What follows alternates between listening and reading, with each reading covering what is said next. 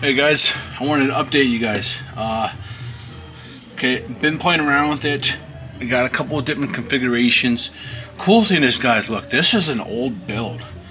After I finished that video, it hit me. I feel so stupid. I was thinking, oh, unicorn, Unistop for that, because I had selling that frame recently, and someone was asking me to review it, and it was like freaking, it's like 200, 300 bucks or something for that frame. But this, it's an older build. Because this guy's been airsofting for a long time. That's a 9-ball frame. And it hit me. I'm so stupid. This is during like the Neo era, guys. 9-ball was one of the first ones to really, I think, do casted frames. Besides, I think shooter design frames were casted as well, to be honest. But this is 9-ball. And that's why it's also really light. But these are also just atrocious. It gave me freaking PTSD thinking about this guy, how much work these suckers involved. I own a lot of the 9-ball 7-inch kits because I love the 7-inch series and stuff. I was crazy with them. So these frames they're cool. And I know the 9-ball frames were like 70, 80 bucks. I don't know how much this was, but this is expensive. And it kicked in for me after I did the video. I was like, oh shit, of course he does. He's got the 9-ball Hexa, he's got the 9-ball Durham on him. This is the only series that really looks like this and is this light as well, because it's Durham one of them. And then the 9-ball frame, he's got the 9-ball non-tilt outer barrel. These were all the craze back then. Everyone and their mom was trying to do non-tilt barrels on outer barrel, and I hated these, and I still hate them to this day. But you know, once again, I'm going to try to work with it. And this could actually be, I wonder if this is a bona fide 9-ball. I think 9-ball was the first one to do this design, and then AIP and the triangle cut also came with it as well. So I guess essentially Guns N' Bro and AIP eventually had it afterwards. So it's crazy to think about this, how it's come full circle, because this is a 5-year-old build. It also makes sense why he's got some of these stuff you just can't really get anymore. This is a Gen 2 steel safety. This is a Gen 3. This is the one where they invented the screw system, the screw system. This is I know these are all Airsoft Masterpiece. This is the beautiful Infinity one. They much thinner profile. This is basically an Ed Brown or STI one without the cuts in it. So it's a crazy looking at it. I think, oh shit, this is old. So this is why it's got wear and tear. And then yes, this I can relate to, man. Guys, I can relate to. I've been here. I can relate to this. I've been here, man. I wanted to rip my hair out, even though I barely have any since I'm balding anyways. This kit was such a pain ass to install. The good thing though, guys, I did a little work on it, and we can get this guy on here, okay? We can get him on here, but we need to do some testing. But the reason why I wanted to show you guys is now that I pieced together that this is like part of like it's old school. This is all old school parts. These loading nozzles, I think, and he's gonna have to correct me, are the either Airsoft Masterpiece Gen 1 ones, or they're the Guns Modified ones. And if the first Guns Modified, not the new ones that you guys are used to. You guys are used to the Edge ones with the long leg and short leg. Those are much better now from my understanding. This is the old ones. These suck. Let me show you this, okay? Because I got this working. I have this configuration currently working. This is Airsoft Masterpiece. It's a Airsoft Masterpiece hammer, steer, valve reset, valve knocker, and then my disconnector. This disconnector needs a little bit of smoothing, which I'm going to do after this. So he's got full AM and essentially a full 9-ball, okay? But check this out. Look carefully. Notice anything? You guys notice anything? Okay, it might be too dark for you guys, but you should see something, right? You see the screw here. Well, shit. Where's the rocket valve? It's stuck in there. Let me push it out for you guys. And this was common with these loading nozzles. That's why, guys. Oh man, I was spending so much. Oh, let me turn off the compressor before it starts. I was spending so much time. I don't want the compressor to engage. Okay. I was spending so much time trying to find the King loading nozzle. Okay, and that's what I need to do now. I've been testing out. I wish I had next to me I like the Cow Blue loading nozzle. It's not bad. I want to test out the Edge long leg and the short leg, and gotta find some new ones.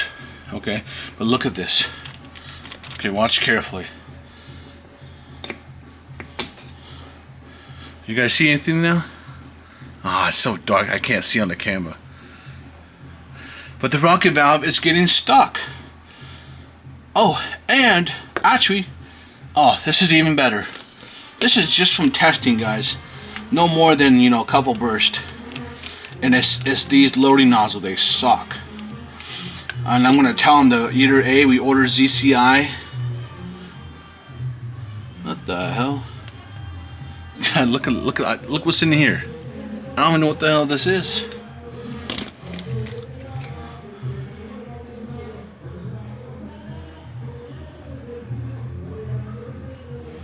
Okay, that's fine.